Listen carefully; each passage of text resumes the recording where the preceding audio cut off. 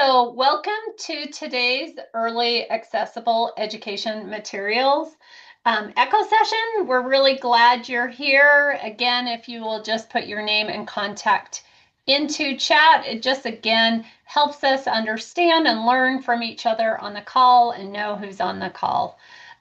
This ECHO is a collaborative learning network designed to build that statewide capacity to ensure that every young children, including infants and toddlers with disabilities, can access and participate meaningful in early learning.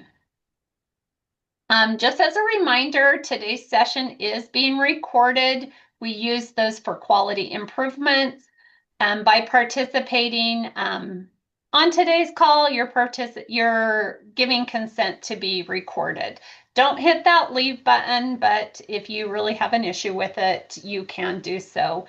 We do store all these recordings on the iEcho Canvas page, as well as a YouTube channel. So please reach out to us if you are struggling to get access to either one of those. This is a great collaborative learning network that, like I said, really prepares our young learners, infants and toddlers with disabilities to have access to that materials and tools. If you joined our first session, Cynthia Curry, the director of NCADEMI, did a really nice job of framing that up and how there isn't a lot of research or information to support the infants and toddlers and preschools with disabilities to ensure that access. So hopefully as a learning community, we're learning from each other and increasing that awareness. We always have a subject matter expert. Today we're thrilled to have Ankita, and I will always just not do good with her last name, so I will let her say that. If anybody knows me, you know that I am lucky I can say my full name, so I always apologize. So Ankita, do you want to say? Bhattashali. It's very difficult to pronounce even among the Indians. So yeah.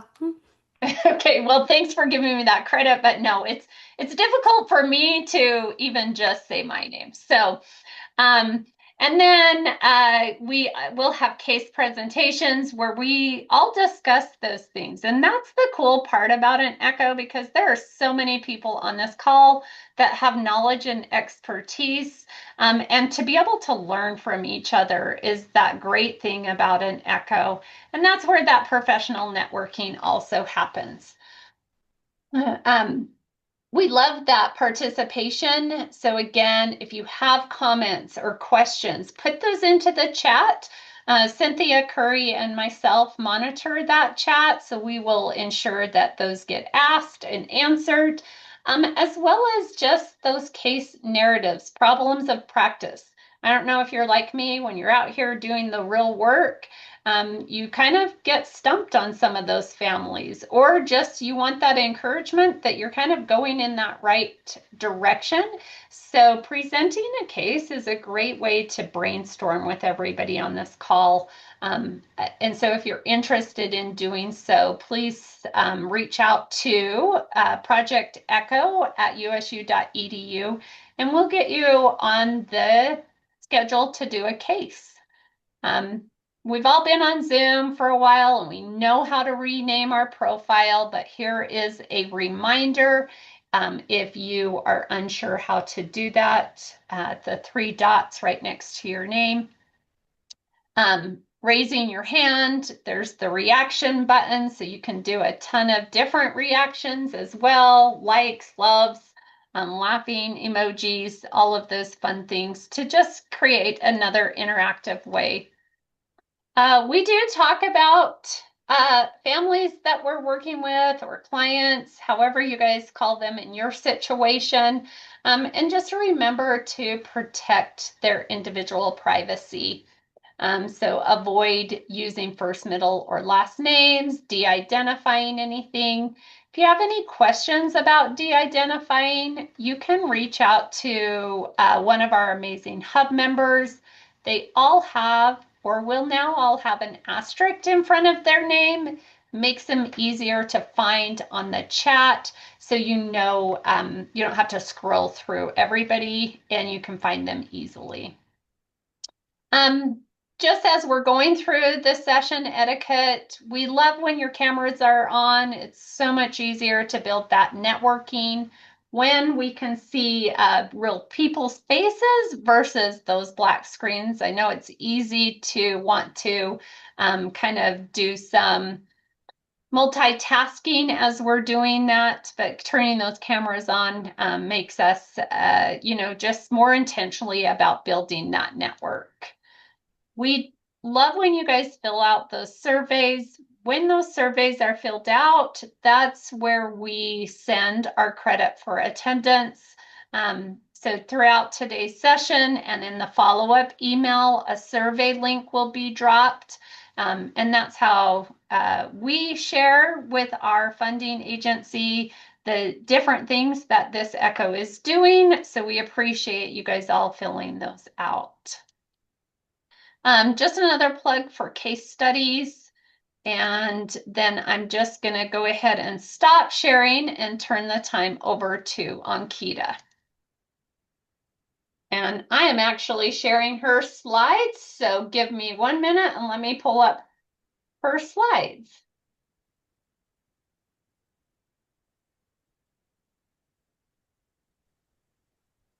And Janelle, this is Cynthia. Yes. Did we want to mention that there was a change in the schedule? Don't recall between the hub team meeting and the last Echo session whether that was formally announced because I think today there was originally going to be a different topic than the topic that we have. So for anybody who may have been expecting a different topic, just the explanation that this has been the topic has been moved around, and I guess I'm announcing it simply by asking you whether it's been folks were notified. So I did notify in the email as well as through iEcho, but great point, Cynthia, to just reshare that again. So thank you so much to Ankita for jumping in. I think this is a great topic. Seems to round out conversations that the Echo has been having about technology and early intervention, early childhood. So thank you, Ankita. Hi everyone. So before I start, I wanted to make sure that I give you that space. Sometimes I really speak very fast. So if at any point you think I'm going too fast or it's hard to, follow through, please feel free to raise your hand or put that in the chat. I would really appreciate that. So thank you once again. And today we will be talking about technology in childhood and family perspectives. And especially we would be examining the benefits of technology and the concerns that the families might have about technology. And okay, I'm trying to change the slide. Janelle, Is it not working? no, it was, but right now not. Yeah, it's not giving me that control. It says that you can control my screen. Yeah, I was just right before I Okay, was able to. let me stop that and try it again. Okay, I'm sorry. No, you're good. Okay, now Okay, I try it. think now it should be. Okay, No, it's gone again.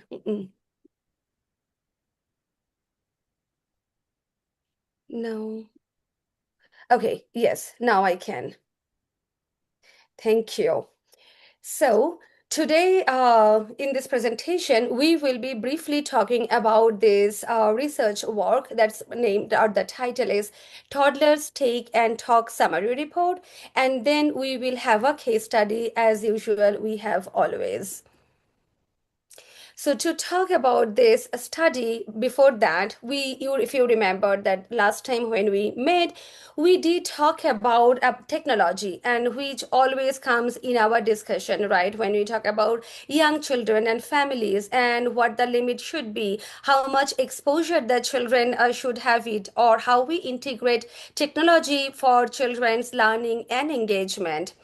So this is a topic that has come all the time when we are working with the families, when we are interacting with them professionally, personally, and who have many varied practices and belief about how their children should interact with technology. And people have strong opinions, and for many reasons, and particularly that comes with when it comes with screens.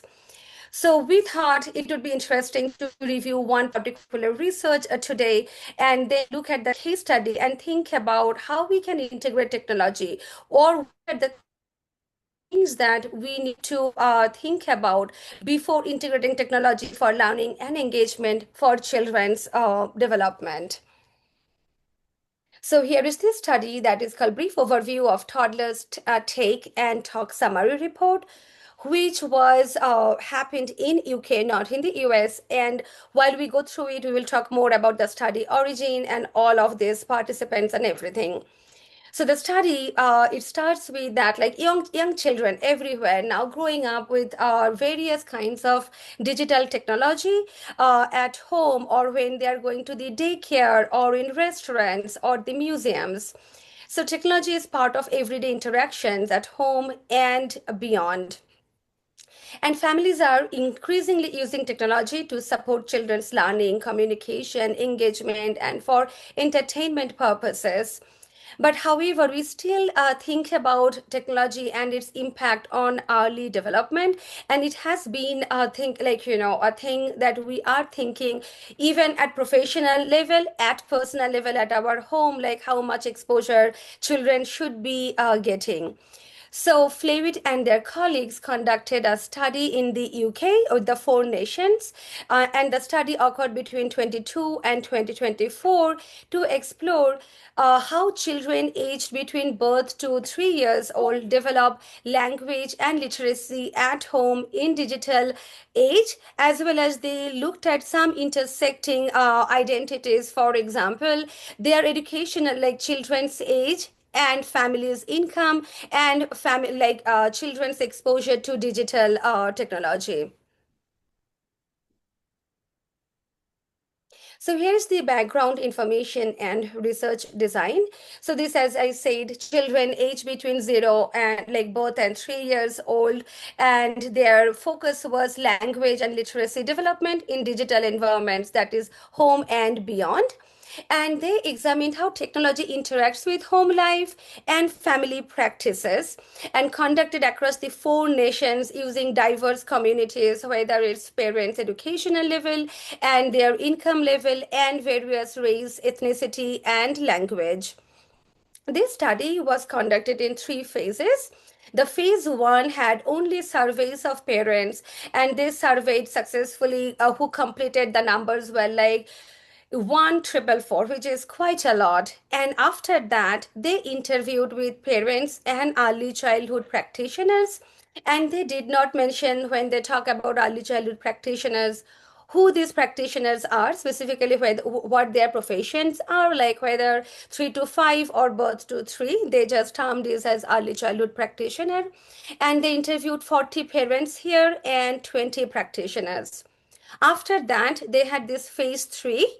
That is, during this time, they had this like selected 40 families, and with them, these families submitted their journals, like how their children are using this digital technology at home, how they are supervising, what they think about, and their various perspectives on technology and their children's development.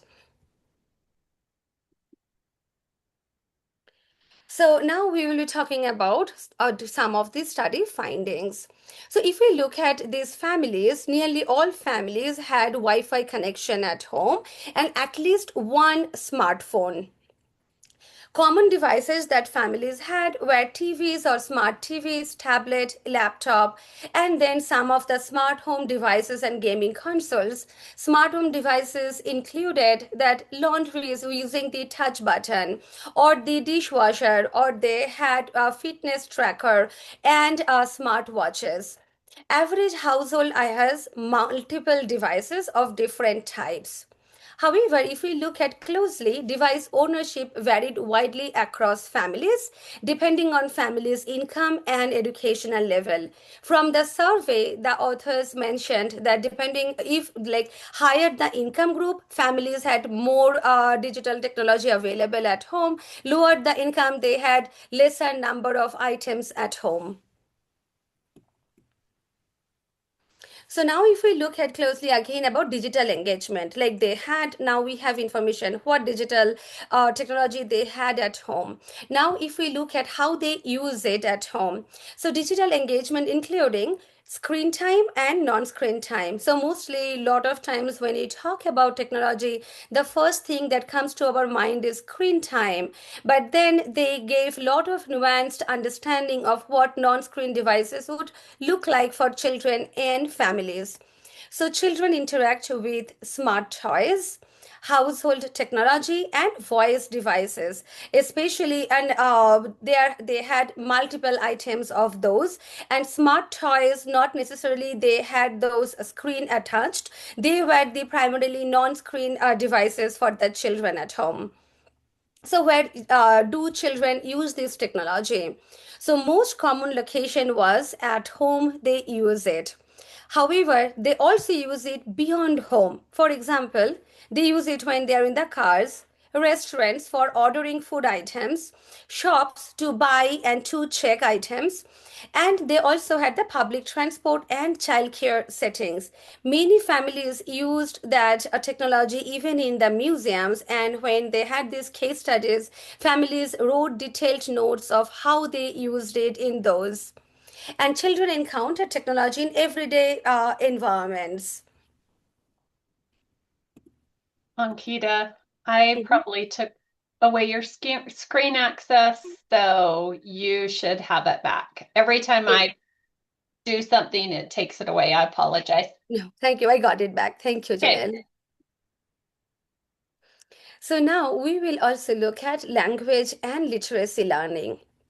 So, children develop language through watching media, video calls, interactive apps, and games. So, families informed or reported that family members who live in distant lands, almost every day, these children, they call their family, like, grandpa or grandparents, and make video calls and talk to them. And then the watching media, they talk, families, explicitly mention how they learn about different things watching media, for example colors, shape, and being done through joint attention. Not just children are watching passively, parents are also coming and joining and learning together. And interactive apps and games help them to learn different things again in different languages. One family shared that how they listens to Japanese stories. And there's another interesting point is that parents of children with disabilities were 1.9 times more likely to report frequent device use during play than parents of children without disabilities. And we can again think about different nuances like why do they use it, what do they learn, how much peer interactions they are having then. So, parents reported that technology support these children's vocabulary building, storytelling skills, multilingual communication. And children also learn by observing and imitating family technology use. One family reported that how they learn that, using the dishwasher or the laundry machine, they see their elders doing at home. So children learn this using technology, imitating these family members. And I need control again, Janelle. Should have Yeah. control. There you go. And then they are not only language and literacy, it's also playful learning with technology. So technology supports creativity. For example, a lot of families mentioned about they have these apps where children do the drawing, or they have music and movement where they learn different songs and its exploration and interest as well. And here I will give you another example from the study. The children with disabilities, their parents mentioned, most of their parents, that when their children are going to the daycare or coming from the museum, they get overwhelmed with the technology or with lot of human interactions. So for their downtime, parents oftentimes give them this technology so that they use it by themselves, although family is keeping an eye on their children, but it is being used not only for their learning, but also to kind of listening this stimulate, like when they are getting overstimulated. And children often blend this digital play and traditional play. It's not like when families reading books, they have this music often, background. And families oftentimes see technology just another play resource rather than only technology as learning, or technology is something to be scared of. And I need, okay, thank you. So then it comes about sensory and physical engagement. As I mentioned that, like, children with disabilities oftentimes using it for like when they are overstimulated. Other than that, they are doing it as active ways of like dancing, moving, interacting, and with their siblings as well. They are using this technology. And then engage through multiple senses like touching and listening and seeing. And technology can support motor skills, hand-eye coordination, and auditory and visual learning. Now, when we talk about all of this that the technology is being able to provide to the children with and without disabilities, still authors try to explore parents' confidence and concerns about using technology with their children. So, in the study, most families mentioned that they feel confident supporting safe technology use for their children and helping their children use devices. And their confidence varies by children's age. For example, children as they get older, families feel more confident than the children at very young age. And one report that came out from this study is that language spoken at home very like, kind of influences, not influences, that the report is that families who speak multiple languages at home reported they feel less confident than the families who speak only English at home, use like being confident about using technology. However, the authors say that they miss the nuances here because this came only from this survey responses, not from this case study or interviews. So they do not know what influenced or what factors that influence this varied confidence about languages spoken at home, or whether there is any connection or not. So common concerns that include is too much screen time of their children's using technology, reduced social interactions, and exposure to inappropriate content. However, most families, they have this already YouTube, not YouTube, but YouTube Kids or Spotify Kids. But this report came from these interviews, not from the surveys. And remember that authors also interviewed 20 early childhood practitioners about technology and child development. So many practitioners see technology as beneficial for engagement, children's engagement and learning. However, there are some concerns about overuse of this technology and then impact on communication. Though all the practitioners mentioned that too much screen time is oftentimes is reductive, and when we show too much concerns, that might lead to parents feeling anxious about giving their children technology exposure. And here is the reference of the study. And that is all I had. Ankita, Mhm. this is Cynthia. There were the discussion questions. Did you want me to drop those in the chat? I'm not That would be sure great. what I thought we had it, but I could not see it there. But yes, that I would do. be Okay, I see it. For some reason, I caught it because I see it in the slide deck in box, but it wasn't in the slides that you shared. So oh, there they are. Okay, okay. If and wonderful. Thanks, Janelle. Okay, so here are these questions. You can take around 5 minutes and share it with us in, through chat, or just unmute yourself and share it what you think about what comes to your mind when you think of young children using technology.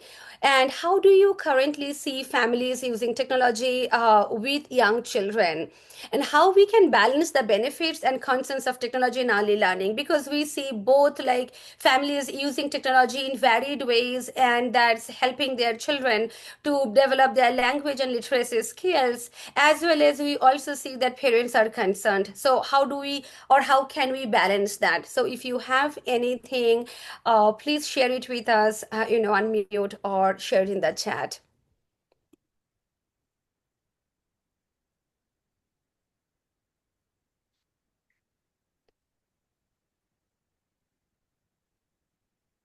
This is Cynthia, Ankita, and I just wanted to point out in the chat, while people are considering these discussion questions, a note of curiosity from Kathy Castor, who asks, wondering if there are some clear ideas of why children with disabilities are on screen 1.9 times more. And I'm not sure, I think just to clarify that statistic, it's that parents of children with disabilities were 1.9 times more likely to report frequent device use during play than parents of children without disabilities. So I'll drop that statistic in the chat. And if you want to, if there's anything that from the study that enlightens or reveals any information about Kathy's curiosity, that would be great. I don't know if the authors went into, or the researchers went into any depth there.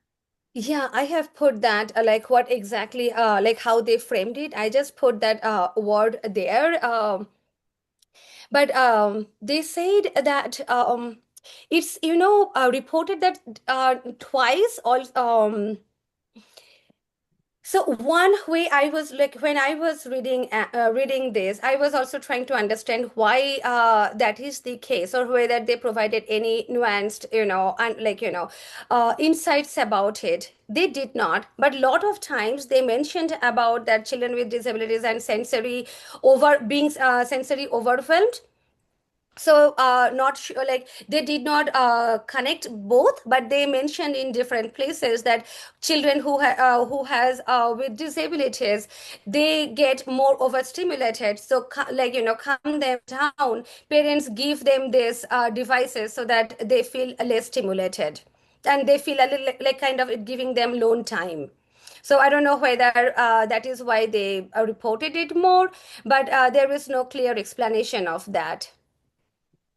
And so in the chat, Ankita, Chelsea is saying like she sees a lot of use as technology as a babysitter, such as in the car or in the grocery cart, so parents can do other things when the child is entertained. Um, and I would, yeah, and then Deb agrees that is really you see a lot of passive use of technology around that. And then Heidi says that, again, that as she's working in early intervention, so that it's mainly used for entertaining, and she rarely sees any educational use. Yeah, I I was guess. sorry, this is Kathy Castor. I was just going to chime in and say that those questions are great questions that you proposed. And I think those are the things that we need to help parents like work through. Like um, how do we balance the benefits of technology and all of that stuff? And I think one of the things that I've noticed over the last few years is that parents well, adults don't know how to entertain themselves very well anymore without their phones. And they also, so we're not teaching our children how to do that very well across the age spectrum. And then I think a lot of parents just don't even know how to play with their children very well anymore because of that increase of screen time that we've all seem to have jumped on, especially during the COVID years. And we see a lot of kids that come in that, or visiting parents or talking with parents where they just really don't even know what to do with their kids. And so an easy thing, like some of these other people already suggested, was handing over the phone or handing over. They don't know how to calm themselves. They don't know how to entertain themselves. So I think trying to help parents figure that out for their, figure out how to engage their children differently. And anyway, those are great questions that you posed. And Kathy, One you brought up, interesting oh, sorry, Ankita, I was No, just going one to say, interesting thing I will just add that in the study they mentioned that a lot of families do not like they don't know how to engage with these silences. So they often play CBBS or something in the background so that there is children and families both can listen to something even though they are not actively engaging with the content. So I just reminded of that tidbit. Sorry, Janelle, you were saying something. no, I was just going to say the same thing. And that's kind of what Kathy, you were saying is that as parents, they're not really sure how to engage with their child. And so, how, as I think of myself as a Part C early intervention provider, how do I coach parents on that in a more kind of educational framework versus using this technology for entertainment? So, and then I'm just reading through some other comments. They say they see lots of videos, fewer interactive age apps. Sherry's saying, I wonder how early usage of tech impacts children when they enter preschools, whether it's with socialization with peers, behavior challenges, etc. One other thing I'll jump on real quick, and I'll try not to say too much more, but as somebody who does a lot of AAC, augmentative alternative communication with students too, and who has done it for a long time, it's interesting to see the shift of when AAC was novel, screens were really novel back in the day when you had dedicated communication devices that were, dynamic display screens versus now. And it used to be so much easier to in some ways to introduce AAC to students or to children because it was new, it was novel, and they knew it was for communication. That was the whole point of it. And now it's challenging because sometimes they don't see it as that. They see it as as the thing that they play with on so many other things. So just interesting times. That's a great point too. Deb, you have your hand up. Well, thank you. When we talk about it, yes, I do see it as a babysitter a lot. However, I don't know how much learning. I'm not going to say that there's not learning going on because certainly if a child really likes a certain topic, let's say dinosaurs, for instance, sometimes they are learning and can tell you things that come back from that where the intention or the early intention was to keep them occupied. It's hard to say that there isn't really any educational purpose to it. And sometimes it's the executive functioning on knowing where things are. So I don't want to say that there's no educational value there because sometimes you're surprised by what learning happens when you were trying to keep somebody busy. Does that make sense? Yeah. Marnie. Yeah, and just to sort of build on, in a way, I agree with what Deb was saying, and I go a little bit further in saying like sometimes using it for, self-regulation for a child who's overstimulated in a particular setting, or for a little like keeping the child busy and safe is not a bad thing. And I think it's really like that's just life for families. I mean, it was someone who was in the field and then became a parent of a child with disabilities and is still in the field. Like, yeah, sometimes, you're in the grocery store and you're doing all this great language stimulation and talking about making a list and doing pre-literacy things and counting and talking about colors. And sometimes you just really need to get your groceries and get home because it's been a long day for you and the child. And like, that's the reality of families' lives. And I just think it's really for those of us who are parents to remember that, whether our kids have disabilities or not, sometimes we use technology that way because that's what we need to do to get through the day, and just to be careful in ways that we help parents make thoughtful choices, but not come across as judgmental, and recognize that, it's all about amount and, intention and those kinds of things. And it's not, this is good and this is bad. I completely agree with that because we all have that reality, right? Like there are some days that I want to have really in-depth conversations with people, and other days that I just have hit my capacity and I don't want to do anything. So, Exactly. Even as adults, right? Sometimes we just need to right, veg out. And sometimes toddlers need that too. And maybe our kids with disabilities need that even a little bit more sometimes. I agree. Okay, Ankita, I'll read a few more of these comments. So, Shonda, and again, I'll just apologize if I ever say your name wrong. Just know that that's my struggle. Um, she has found that when she mentions technology, many parents become more concerned about screen time. As a TVI, I've seen that there are many excellent apps that can support children with visual impairments, especially children with CVI. The backlight and interactive features can help improve that visual attention and support cause and effect learning. And they talk with families about using technology as balanced and intentional ways with short structured periods built into the child's daily routine. And I think, Marnie, that really helped emphasize your point really clearly on that.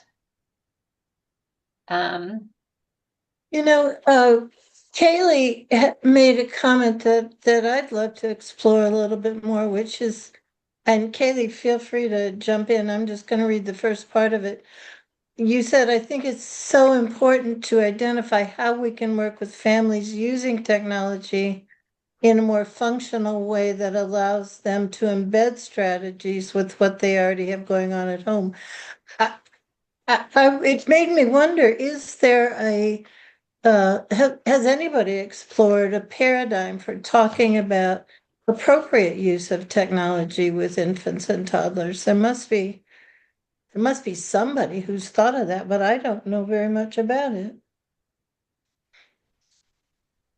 Well, I'll this give is my Cynthia Gale, oh, and I was just gonna, sorry, Kaylee. I was just gonna, the SETS framework from last month comes to mind, Child Environment Task Strategies, and I'm wondering if that has a place in the discussion about the appropriate use, because the environments and the tasks, I think that probably does transcend all of these different environments and settings and reasons that parents and families incorporate technology in a child's day, anywhere from the end of the day grocery store trip to having a full day of trying to come up with activities.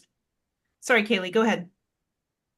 no sorries at all. I think I was just kind of adding in one, I can almost say thank you for putting in the research basis for anything I want to say forward, right? Because on the provider side of things, knowing all that we know and the frameworks and the acronyms and the cheat sheets that I feel like we come into these conversations with, still always trying to translate that back to families is where I feel like sometimes I'll make the I statement I have to work on more intentionally. So I'm raising the TV bit, or someone I saw was talking about like apps and things that are available. Like, where are the families already when we're thinking about folks with young children? I'm like, if television is a starting point for that, that's where I start sometimes, right? So before I even get into the maybe what's the material we're adding or what's something we can take away, right? Just looking at if your kid at 9 a.m. every day watches Bluey, insert whatever fave show is kind of a thing. What does it look like to engage with them during that? What might it look like to have a shorter interaction with the screen time, right? Maybe it's the 5 minutes after breakfast, as opposed to 30 minutes if you have the availability to do that kind of a thing, right? And then for the families, right? And I do mean the family beyond whether it's parent, caregiver, but siblings always, for me, felt like, the ultimate cast to have in that environment, right? Was like, how do you get them engaged with it as well? I'll leave with this, like my go-to cheat that I always find myself starting with. If anybody recalls Nick Jr., like circa early 2000s, maybe. I think it was just called Face. Like the one that came on screen, it was just a solid color and like a smiley face, and it would talk and it would pause and it had these long dramatic wait times, right? Like, how are you today? And, we see that when we look at the Elmo and the Mr. Rogers and all those kinds of things, right? But it still leaves that space for communication, which I know touches in everybody's work here, SLP or not, right? That kind of for me has been a great space to open up that conversation when I get to get down the lane of like, what does this look like when we're talking about assistive technology or a augmented communication device and all these things, right? Like what's already on hand. Yeah, those are all great points. And I hope that as we move on to the next portion, which is just our case, like some of these conversations will happen more in some of those breakout rooms. So I appreciate everybody sharing those ideas and being intentional about how are we using technology with toddlers and young children, because I think that throughout our whole lifespan, that becomes something that we need to have those discussions around. So, Alex, Deb, go ahead. I just had one more comment about, I've seen in a lot of classrooms where we're introducing first, then schedules. First, we're going to do a little work, and so the iPad and the technology is often used as a reward. But I've also seen in some of the behavior therapy conversations that reward is work, work, work, iPad, and then it's almost like Pavlovian, where I turn and now is my iPad time. And so I think some of those activities might confuse when it's appropriate and when it isn't. So I just wanted to point that out that, helping kids wait a little bit longer in between and not always jumping to the technology. But then again, we've got that work, work, work, work. And then it just draws them in that iPad is what they've been working for. So that's all. Right. That's a great point. But I think that your example of the first this, then strategy, that's a great example of using accessibility materials to help navigate learning as well, and really working on that. What Callie said was, that social engagement being the reward versus the iPad. So again, great conversations, and hopefully this case will help elicit more conversations around that. So here is little Liam. He is 2 years, 10 months old, and he has been participating in Part C services, but is starting to do that transition to the school district Part B.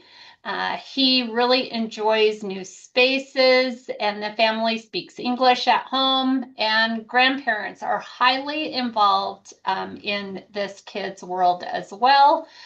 He loves music, rhythm, movement. He's highly curious and motivated to try cause and effect toys. He sustains engagement. He loves outdoor activities and simple turn-taking games, as well as looking at picture books and naming familiar items. So as we think about— sorry, Oh, Janelle, this is Cynthia. Yep. Sorry to interrupt. Are you you're not if you are intending to share your screen, it is not it's not appearing in Zoom. Oh wait, unless it is from is it just me? Hold on. Sorry. I could see it. I could see it too. God, I'm terribly sorry. Okay, thank you.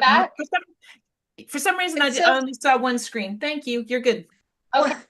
While we're interrupted, though, can you say anything about what Liam's disability is? I think it's going to come as we talk about some of those challenges. I forgot to explain. I'm just doing a fill-in. We had another staff member that was out sick, so I'm just going through this, but I believe it will start coming out, especially right here within some of the challenges that he has within everyday routines. So as parents were talking about how to support his transition from Part C to Part B, they really are talking about his morning routines. So how does he get ready and leaving the house? So he's really struggling with some of those multi-step directions. Transitions are really hard unless they use visual cues. And he really has limited ways to request preferred items. So again, some of those communication challenges, as well as some executive functioning. The community playground that they participate in, he only sits really briefly. He has trouble when they're doing songs and stories without big movement breaks. At snack time and during the play centers that they do, Liam really avoids those fine motor tasks. He has frustration with containers and tools that are hard to use, and communication. He has limited words. He uses gestures and vocalization, and his needs consistent ways to make choices, request help, and protest. So overall, he does have some of those really great strengths, but some general concerns around that executive functioning, communication, and fine motor skills. So as we're thinking about that moving forward, here are some of the things that the family's priorities are.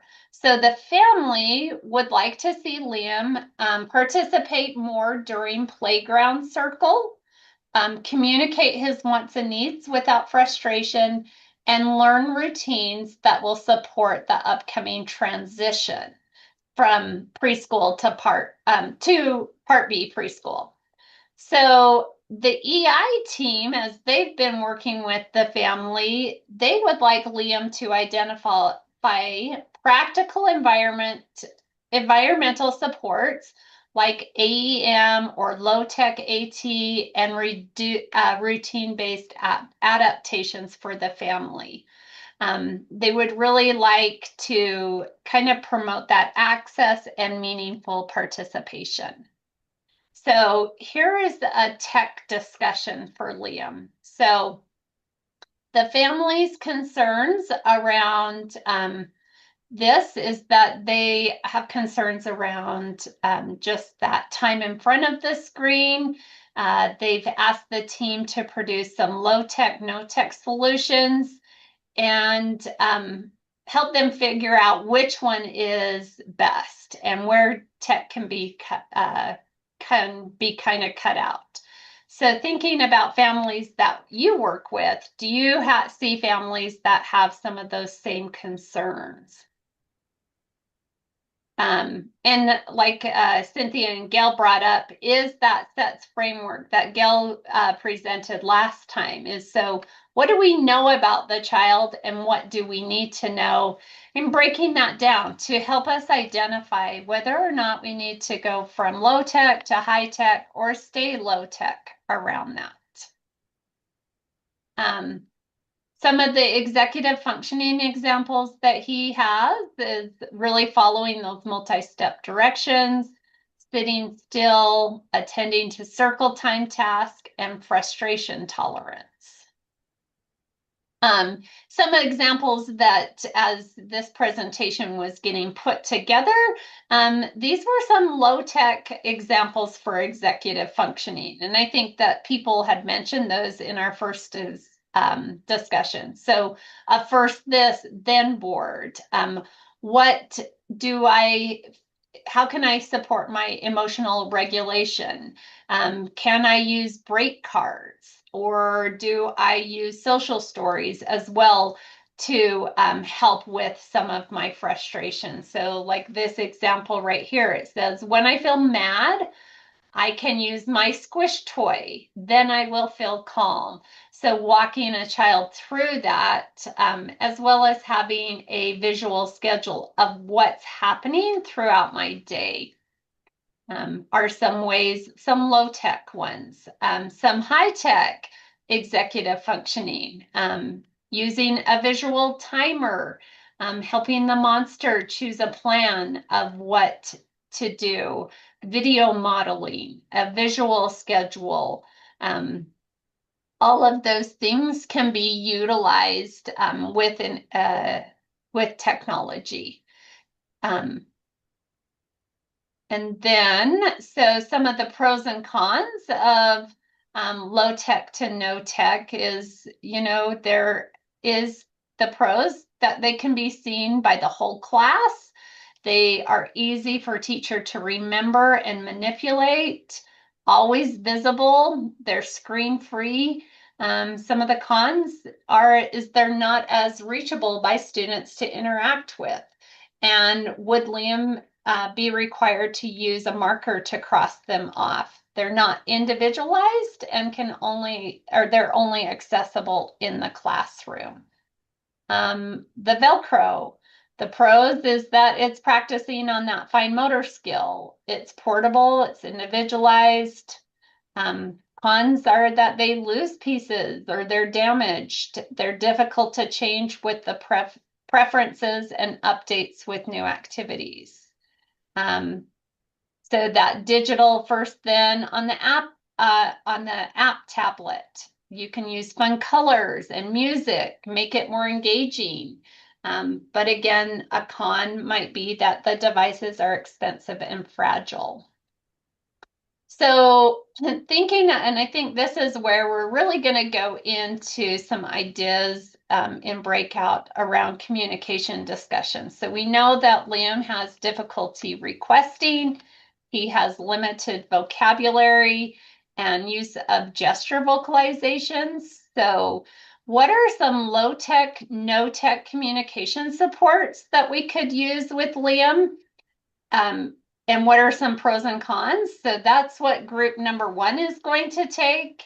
And group number 2 is going to take the second one, which is what are some tech-based communication supports that we could use with Liam, and what are the pros and cons? So, because every time I tried to do this, when Ankita was presenting, it didn't let me move her around. So Ankita and Gil, your question, you guys are going to take question number 1. So what are some low tech, no tech communication supports we could use with Liam and identify pros and cons? And then Cynthia and Kaylee, you guys are going to take this second question. Okay, I'm going to open all rooms and you guys should see those. Okay, I think everybody's back. Hopefully there were some great discussions in these rooms. So let's kind of share out a little bit. In group number 1, that was Gil and Ankita. What were some of the things that you guys discussed for some low tech, no tech communication and the pros and cons? Ankita, are you going to share? Sure. And Gail, you can jump in if I miss anything. So we talked a lot about like different kind of low or no take. Well, it could start with a gesture and signing, and then we had some of the things that picture book and a Velcro book and what else did we have? These are the things that low on no take, but the pros and cons were like one was very much practical thing was like you don't need insurance for it, and then you can use it like integrated in everyday activities and you can bring it. But then the cons would be that you might forget to bring it in certain family is in the beach, they may forget to bring it, or the groceries. So during those times, or it could be a little bit not very convenient to bring those things. So that would be the cons. And we talk also about learning from the family, and then also seeing the child's interest, like what the child is not spending. Like a lot of times we like, step by step we use each item and then see what the child is, using it or how they are using it. But I think Jen, you were I don't want to put words on your mouth, but someone or Marnie were like saying that, giving them the option, seeing how the child is using it, and then starting from there, not just like how we think that it should be, but also looking at the child and the family's interest and incorporating those. Yeah. Did I miss anything? I love that idea though of incorporating it into the families, what they're already doing, because then it's hopefully will help some of your other comments of that they may not take it to the beach or they may forget it. But if it becomes valuable enough, they are going to remember this thing. So I loved that point. Okay, Cynthia, your guys' group. Sure, I will. I'll kind of cover a broad range of the comments that were made, and then others in the group. Kaylee, other just jump in to fill my gaps. But it was really interesting that the conversation didn't start necessarily with calling out any specific tech-based communication supports, but sort of anticipating that if we're going to be using technology or any type of whether it's high tech or lower tech, that there are ways to prepare Liam for the use of the technology and doing some type of an assessment. And I thought this was really similar to Gail's framework around child, environment, tasks, strategies, and making sure that things like, visual, is he visually tracking, like a screen, for example? Can he access an iPad in ways that, like, is his tapping okay, or any type of hand gestures that he would need to use a screen, and having opportunities for practice and transferring those skills to communication. Somebody else mentioned that if it's providing some type of an AAC device, if it is an AAC device, an advantage there, or a pro, is that would be considered a medical device, could only be used for communication. And then it also would be flexible for, you could start with fewer buttons. So start with, for example, a 1x2 communication board on an AAC device, and then move up over, kind of scaffold up to a 5x5, thinking about ways to engage Liam with various pictures or what things that are of interest to him as part of communicating and getting his making sure paying attention to his interests. One con for that would be that the downside that Liam would only be able to use an AAC device like that at school, and limited on what he could use it for.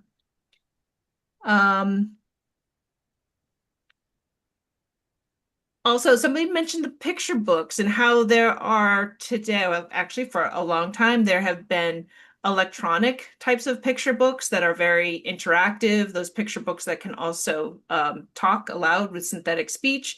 And there's interaction between the story in the book and the reader. There was a mention that could use those picture books to get him engaged with predictable repeated lines as a way to motivate him, invite him into communication, adding silly effects that might get his interest. Then there was talk about executive functioning, how to balance, because people kind of caught on, well, there's also the risk that all these bells and whistles and engagement features may actually interfere with Liam's executive functioning. So what does it look like to place the low-tech items around and kind of give him options to better understand when would he reach for low-tech versus something that was higher tech for communication. There was also an interest in wanting more information about how his early intervention at home versus his early intervention in play groups would influence the type of communication devices either that have already been tried or what might work in a group setting versus maybe at home or with the family.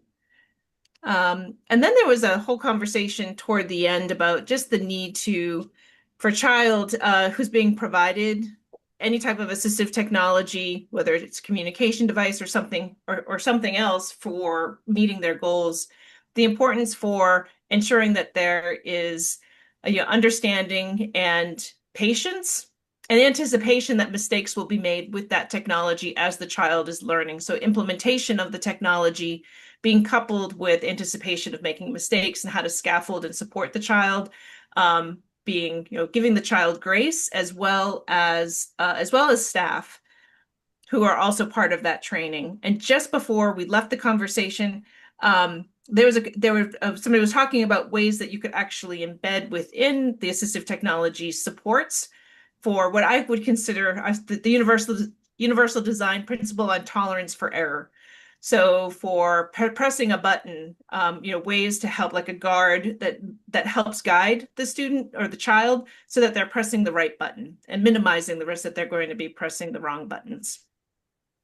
Yeah. What did I miss? What did I miss? And I know that wasn't completely clear from my notes, but those are great discussions. And I also really love that both of your guys' groups put out that it's not about finding the perfect tool. It's really about what fits for the child and family and the routine, right?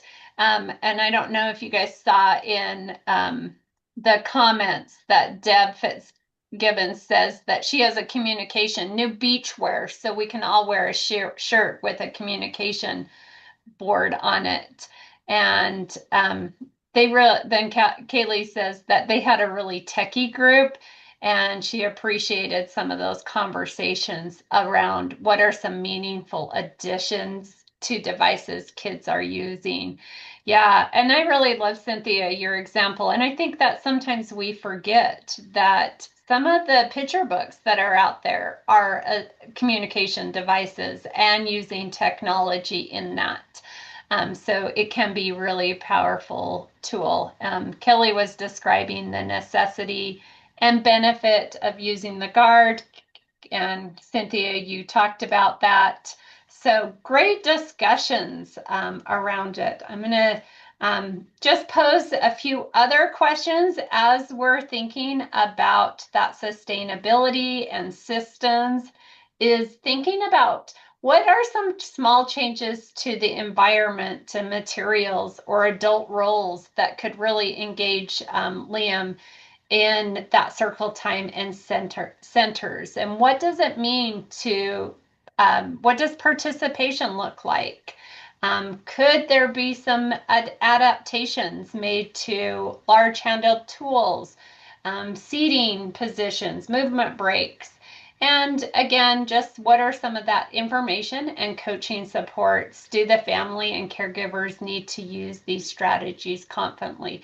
I think that when we are thinking about today's framework, as well as what Gail shared with us last time, using kind of what we know and what we want to change around a lot of different structures are going to help us have those conversations in the future. So I am going to turn the time back over to Ankita to wrap it up. Thank you so much for the great discussion and sharing a lot of your experiences about high tech, low tech, and the pros and cons. And next, we have our next NCADEMI ECHO session next month, and Janelle will send you the reminder. And here is the QR code just before that. And thank you so much once again. And here is the contact and connect information. If you have anyone who would like to join in NCADEMI ECHO session, please feel free to share the resources and contact information with them as well. Oh, Janelle, you are on mute. You did.